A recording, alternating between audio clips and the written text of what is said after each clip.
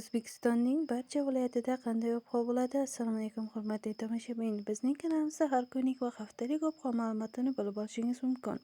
Buning uchun kanalimizga obuna bo'lib, like tugmachasini bosib qo'yishni unutmang.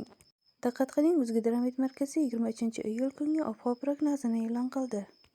Unga ko'ra, Qoraqalpog'iston Respublikasi va Xorazm viloyatida havo biroz bulutli bo'ladi, ba'zi joylarda o'zgaruvchan bo'ladi. Yog'ingarchilik kutilmaydi. Shamol shaxta 7-12 metr/sekund tezlikda esadi.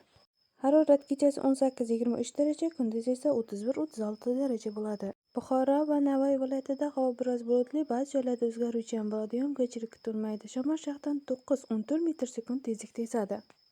Ayrim joylarda chang to'zon bilan kuzatiladi. Harorat kechasi 20-25 daraja, kunduzi 32-37 daraja bo'ladi. Toshkent viloyatida havo biroz bulutli bo'ladi, ba'zi joylarda o'zgaruvchan bo'ladi. Yog'ingarchilik kutilmaydi. Faqat kechasi biroz qisqa muddatli yomg'ir yog'ishi momaqaldiroq bo'lishi mumkin. Harorat kechasi 18-23 daraja, kunduzi 30-35 daraja bo'ladi.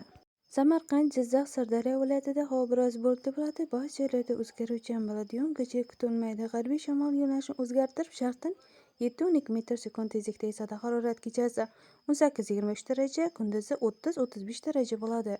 Qashqadaryo va Surxondaryo viloyatlarida havo biroz bulutli bo'ladi, ba'zi joylarda o'zgaruvchan bo'ladi. Yog'ingarchilik kutilmaydi. Harorat kechasi 20-25 daraja, kunduzi 34-39 daraja bo'ladi. Andijon, Namangan, Farg'ona viloyatlarida havo o'zgaruvchan bo'ladi. Ayrim joylarda qisqa muddatli yomg'ir yog'adi. Momaqaldiroq bo'lishi mumkin. Shamol g'arbdan 7-12 metr/sekund tezlikda esadi. Harorat kechasi 18-23 daraja, kunduzi 30-35 daraja bo'ladi. Biz sizga eng saralarni taqdim etishda davom etamiz. Xayr, salomat bo'ling.